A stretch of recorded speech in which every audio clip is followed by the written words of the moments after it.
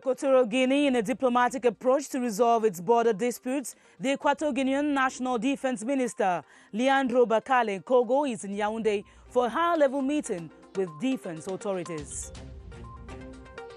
As pupils prepare for their final year examinations, the Ministry of Secondary Education donates sanitary gadgets and personal protective equipment to schools in the North region for learners and instructors.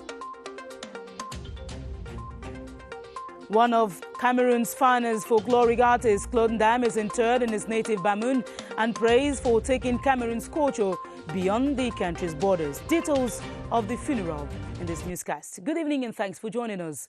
Those were the headlines of the 7:30 news.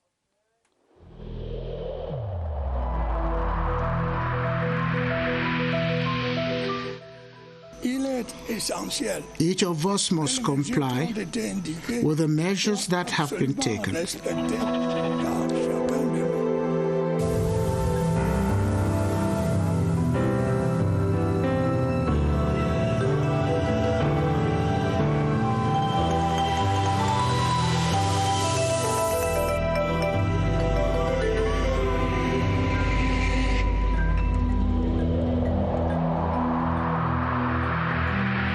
Welcome back.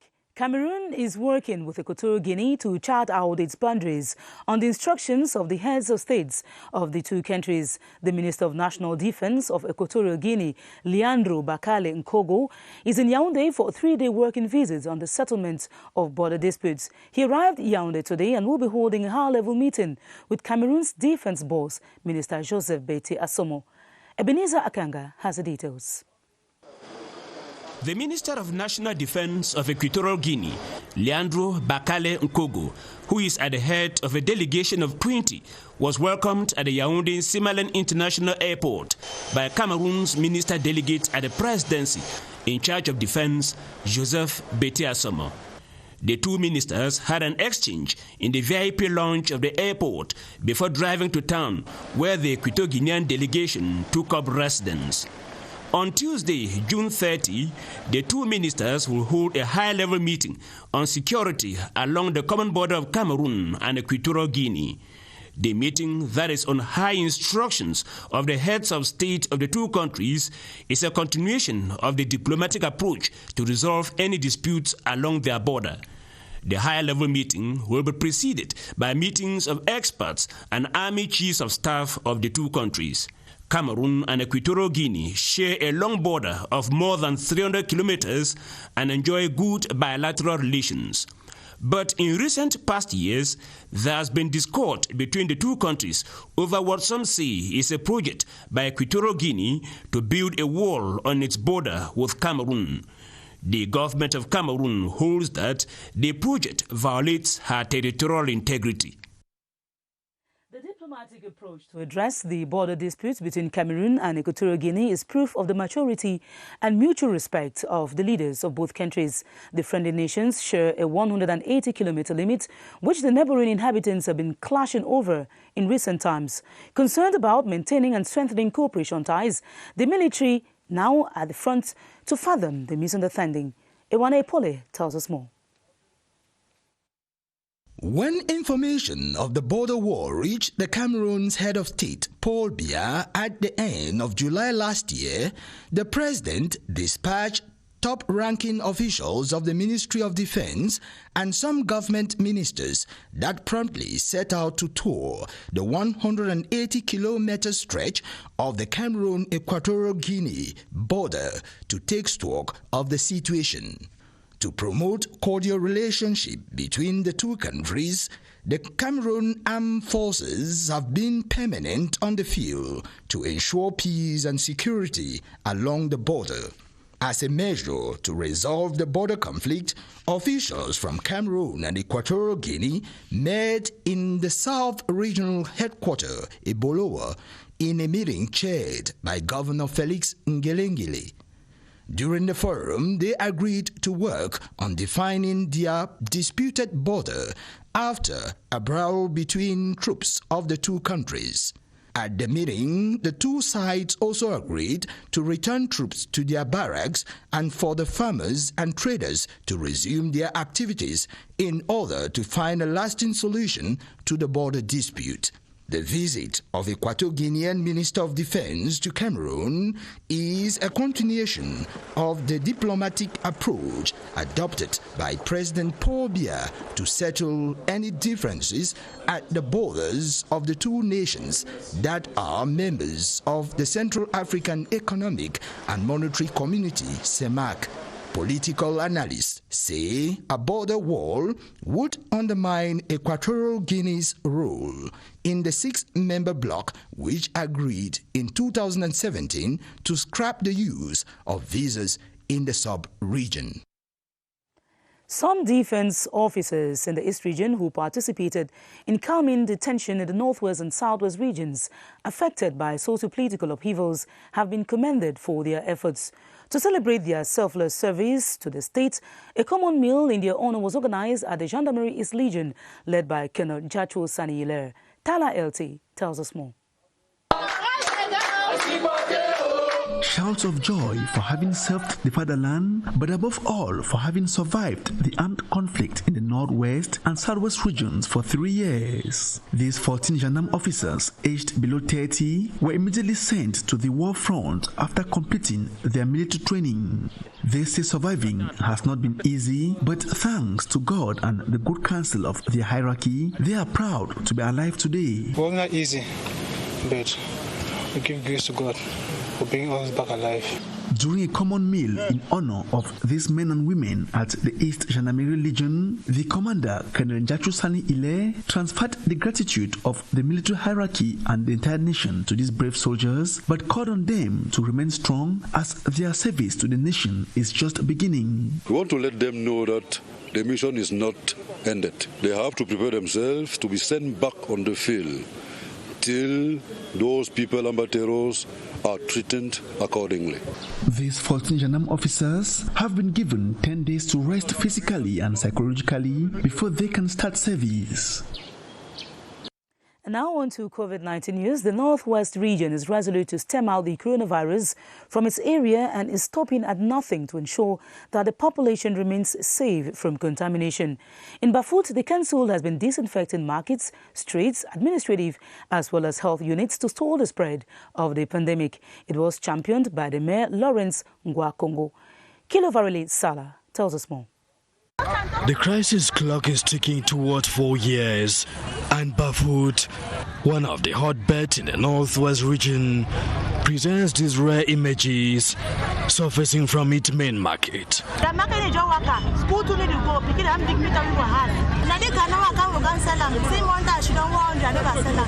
That is just one angle in a double crisis story. Another is COVID-19. On the street, the coronavirus pandemic is tackled, and in hospitals, preventive measures are stepped up.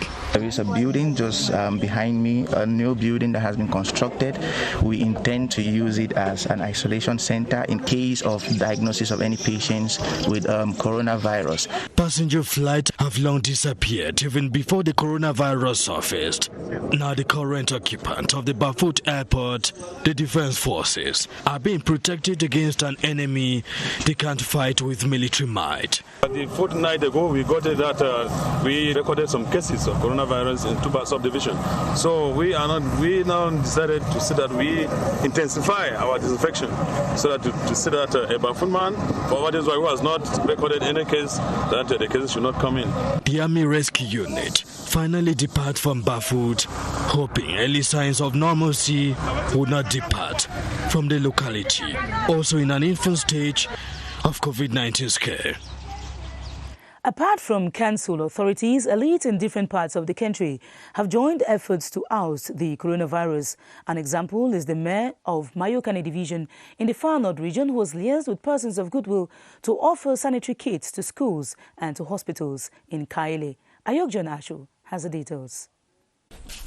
The consignment of sanitary materials is fruit of combined efforts by sons and daughters of Mayokani Division in concert with government's effort in the anti-COVID-19 campaign. We also say that if we can sensitize people, if we can bring something small to help them in order to avoid this disease, what can we do exactly? That's why many of us react by sending something small, and then we put all this together in order to build this small house for helping them. To solemnize the gesture to schools and health facilities of the division, the SDO for Mayokani, Damian Awono, who presided over the event, reminded the population of the need to respect barrier measures. With this booster in the fight against the coronavirus, the wish of the donors is to put an end to its spread, as Mayokani has already recorded some cases of infection. As pupils continue lessons and prepare for their official examinations in the secondary education sector, the ministry is watching out for their safety. In a ceremony in Garwa, secondary schools received thermoflashes, face masks and other protective gears to ensure the safety of both pupils and their instructors. Cynthia Nji tells us more. The anti-COVID-19 materials donated by the Ministry of Secondary Education to secondary schools in the North region include thermoflash, face masks, cartons of soap, amongst other items. The desire of the education officials is to have a secondary school environment free of COVID-19, especially for students preparing for their end-of-year certificate examinations. We want to thank the Ministry of Secondary Education for everything she has done and she is doing for us. She gave us many things to fighting against coronavirus, and I'm sure that with all these kits, we are very ready to fight this pandemic. While receiving the gifts, the beneficiaries expressed gratitude, promising that the items will be used solely for the purpose for which they were offered.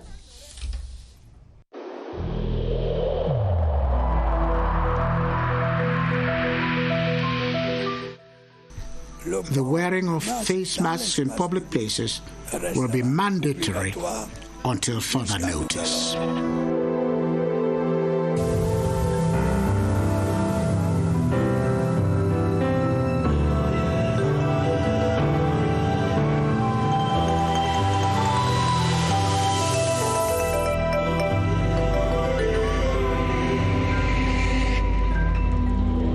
The city of Douala, the littoral region, is being drowned by torrential rainfall, a situation which is preoccupying administrative and council officials. The flooded streets have made circulation impossible in certain neighborhoods, halted the construction of infrastructure and exposed the weaknesses of the drainage system in the town. Details of the state of affairs in this report by Rene Kache. The economic capital city Douala in the wake of a violent downpour. Close to 300 millimeters hit the city just a single night, causing tremendous floods in some neighborhoods, notably Makepe Misoke, Lokbesu and Dogbong. The quantity for just a single night is enormous, and so too is the damage. For close to 24 hours, an entire neighborhood is cut off from the rest of the city. Some flooded roads are virtually transformed into rivers as the heavens opened up. The torrential rains began at 8 p.m. last night and only ceased at 1 p.m. Sunday, an unusual scenario in the month of June. Meteorologists have warned it could be more severe in the month of August. The population of Douala, especially those in notorious neighborhoods, notably Makepe Misoke, Lokbesu and Dogbon, may have more sleepless nights in the days ahead, and the city council must act really fast to create more drainage systems. Weather experts have predicted another unprecedented rainfall this night in the city, and these could also be violent. For now, victims of last night's precipitation would have to spend the second night out of their homes with the hope that something will be done, and done really fast. Government's COVID-19 response strategy in the Far North region is being assessed by education officials at a time when pupils will soon be beginning their end-of-year examinations. The regional delegate for basic education, Aminu Sandazwa, observed with satisfaction the observance of hygiene rules, as we hear this report by Ayok John Asho. Regular hand washing is a reflex for peoples in the Far North region, thanks to the input of UNICEF in the battle against the coronavirus. When we enter this gate, we wash first our hand with clean water, and so when we reach to class, we sit one person per bench. To better appraise the adherence of the education community to the government response strategy against the coronavirus, the Far North Regional Delegate of Basic Education, Aminu Sandazwa, visited some schools in the Amare Division. UNICEF is one of our partners who is beside us in the fight against COVID-19. We are so happy to realize with you that this material is effectively at the level of all our schools, and it is effectively used by our children and teachers. It is therefore in total serenity that teachers and pupils are gearing up for end-of-course examinations while respecting barrier measures against the pandemic. The gift came at the time that we needed them most. They have improved our level of protection against this COVID-19. Basic education officials of the Far North region have earmarked similar tours to other divisions of the region. Still in the Far North region, the Cameroon-Suez Corporation, through the Sahel Water Project, is helping out to provide water and solar energy to the 3,000 inhabitants of Kamaki in Mayo-Donai division. Affected by droughts and a low turnover in their fishing activities, the population has benefited from financing and capacity building. Sylvester Atemking reports that the initiative is supported by the Ministry of the Economy, Planning and Regional Development. Located some 55 kilometers from Yagua, the chief town of Mayo-Donai division, and 1 kilometer to Chad, the people of Kamaki in GUINEA subdivision practice mainly fishing and agriculture.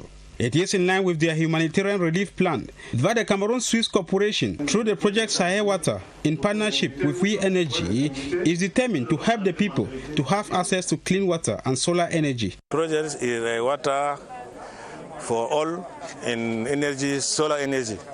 I want to give them a capacity to have money. The village of about 3,000 inhabitants has been hard hit by the effects of climate change. Desertification, droughts and erratic rains have added to the existing challenges. The most pressing priority, however, is access to safe drinking water. We are facing the problem of water, potable water. We are facing the problem of road. I'm very proud, and I want to congratulate the Confederation of Swiss for all this gift. Kamaki is choosing among just 4 of villages in the Far North and the North region. Speaking on behalf of the population, the chief of Kamaki, Alphonse Yefuso, lauded the government and her partners for thinking about its people. The project is funded by Cameroon-Suez Corporation through Minipat and implemented by the project Sahel Water. The occasion was also used as an opportunity to donate hygiene materials on the fight against COVID-19. And now on to the wave of installations of recently appointed subdivisional officers by presidential decree. The people of Eyumojak in the southwest region now have their subdivisional officer installed. Besinga Eli was commissioned into office by the senior divisional officer for Manu, Joseph Umde, and exalted to check separatist actions and to combat illicit trafficking. Bridget Ndiepa Sambiwan tells us more from Boya. Eyumojak subdivision, frontier with neighboring Nigeria, is progressively regaining peace and tranquility despite little challenges caused by the separatists and the COVID-19 pandemic. Within this peculiar context that Besinga Eli Itone takes command as divisional officer, the SDO for Manu encouraged him to work and bring back more especially those seeking refuge in Nigeria. Recommend to the new divisional officer to fight against disorder, to fight against the trafficking of goods, the contraband, also to encourage our youth, those who are still hiding in the bushes, to come back home. Being a major economic hotspot whose population engage more on agriculture, the mayor of Eyumojak, Chief Ita Ayamba Jacques, and the MP for Eyumojak, Teku Tani Teku, promised working with the new divisional officer to keep the Eyumojak municipality coronavirus free. The pandemic, which is ravaging the world, that is what we want to pay interest and focus our attention on.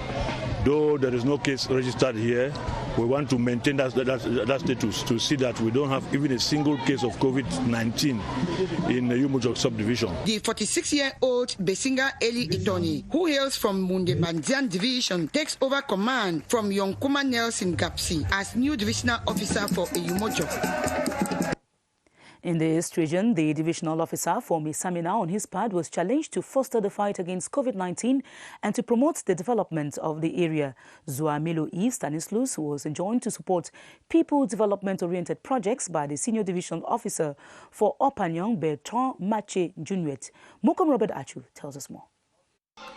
Born on the 7th of May 1987, Zuamelo Eve Stanislaus is a new divisional officer for the Mesamina subdivision. The civil administrator, a graduate from ENAM, is also a holder of a master's degree in public law from the University of Swa. Prior to his appointment by a presidential decree on the 10th of June 2020, Zuamelo Eve Stanislaus was the chief of cabinet in the West Governor's office. Presiding over the installation ceremony in Mesamina, the senior divisional officer for Opanyong called on the new divisional officer to, among other issues, spare no effort in the fight against COVID-19 and maintain peace and order in his administrative unit. You have to fight against insecurity. New DO has to take it seriously, and we know that we are on coronavirus pandemic, and we also, because where it was before here, was a focal point for the West region, and I want him to bring his expertise here to help us maintain the status. On behalf of the population, internal and external elites, the mayor of Mesamina expressed gratitude to the outgoing divisional officer Abena Vangdongo Desiree for service rendered and promised their collaboration with the new divisional officer Zuamelo Eve Stanislaus so that he succeeds in his mission. One of the measures put in place by the government of Cameroon to limit COVID-19 infections is the setting up of border health posts in airports and other entry points. This has enabled Cameroonians abroad to return home and to be subjected to treatment if they are tested positive. Baldwin Sama is at the Public Health Emergency Operations Center and now provides insight into what obtains in these border health posts. Hello, Baldwin.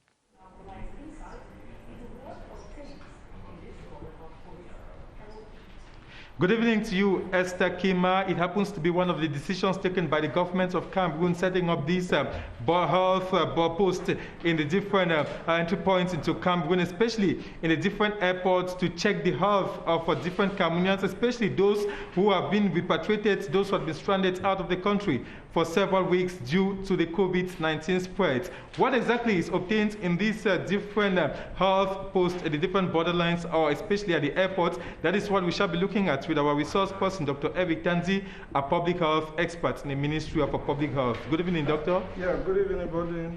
At these different health control posts, especially those in the different airports, what exactly is obtained? What actually happens, or what measures have been put in place to actually test the health of these Cameroonians who are returning into the country? Yeah, Baldwin, I should first of all say we appreciate the head of state for the gesture that he has made to make sure that Cameroonians that were blocked out of the country should get back to join the family, you know. What actually goes on there is everybody who is coming in, you know, some already they are coming in with results, or with COVID test results, I should precise here. And with the COVID test results, if it exceeds 72 hours from the day the person did the test, it needs to be redone again at the port of entry, meaning at the airport or at the entry point, either the seaport. And the rapid diagnostics test is being done. And if it is positive, you are oriented towards a care service. But if it is negative, remember, there are government measures that have been put in place.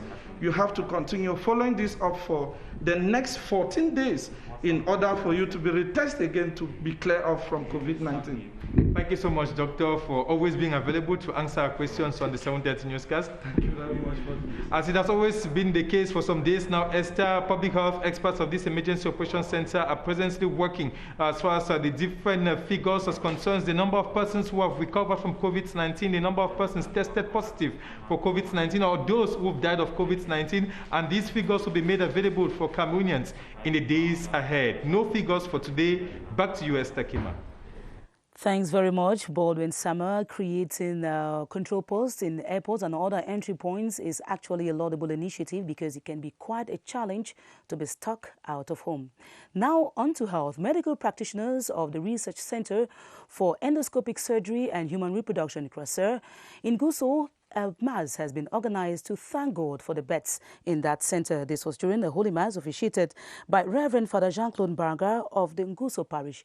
Here now is an excerpt of the man of God who underlines the importance of the hospital. We are very proud with all that is doing in this hospital. And my pride is situated in the sense that all activities converge to the faith.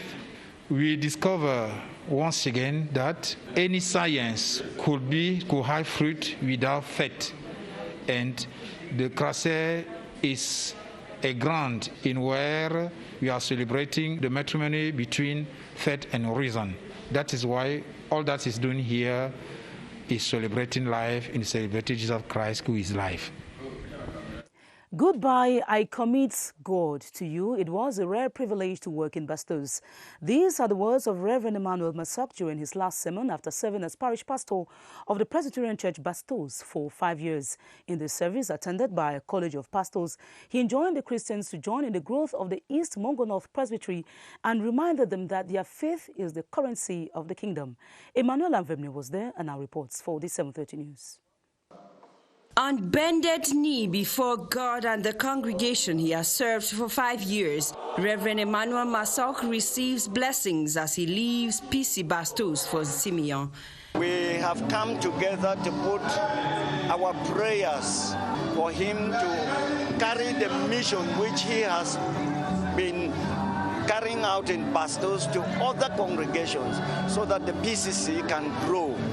The sent-forth service is punctuated by praises and worship, but the high point will be his last sermon from Acts of the Apostles. Goodbye, I commit you to God. The testimonies are overwhelming. I am humbled and I'm even challenged to meet up the expectations. So I want to say a word of thanks to the congregants.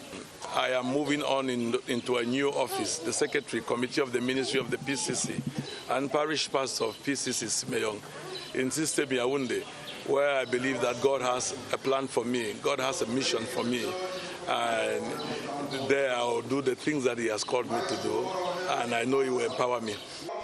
Reverend Emmanuel Masok's achievements as Presbyterial Secretary of East Mongo North Presbytery are many. The purchase of land for PCC in Colbison and Nyom.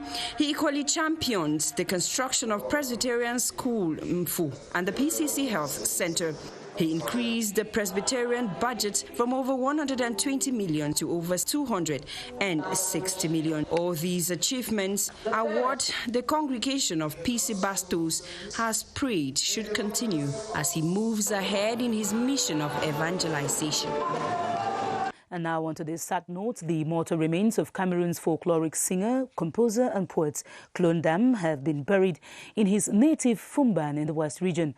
The promoter of the Bamoun culture, who thrilled fans for over 3 decades, was hailed for his achievements and recognitions beyond Cameroon. The Minister of Arts and Culture, Bidung Pat, was represented at the funeral by the ministry's technical advisor number 2, Professor Jacques Blaise Nkene. Go Henry Tiesambe has the details. These are the lifeless bodies of Claude Ndam and the mother. The artist passed on, and his mother hours later. The author of the famous track Unguya, or Where Are You Going?, released some 31 years ago, has been laid to rest in his native Fumban in the Noon Division. From the different eulogies presented during the burial, Claude Ndam promoted the Bamoun culture and contributed enormously to the artistic works of many Cameroonians. Reason why he was raised to the rank of Nji, or notable in the Bamoun land and recognized by the government and the international bodies. Men of God have prayed for the souls of the late artist and mother. Nji Claude Ndam is now resting in the world beyond, but his works live on.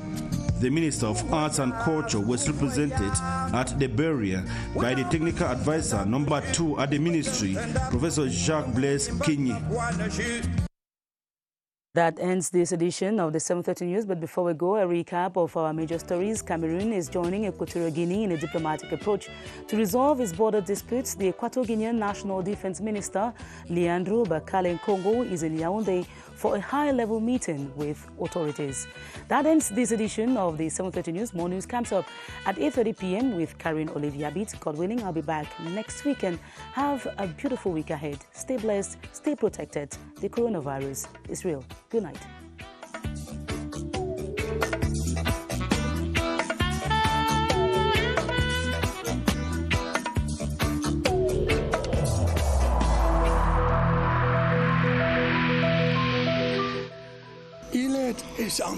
Each of us must comply with the measures that have been taken.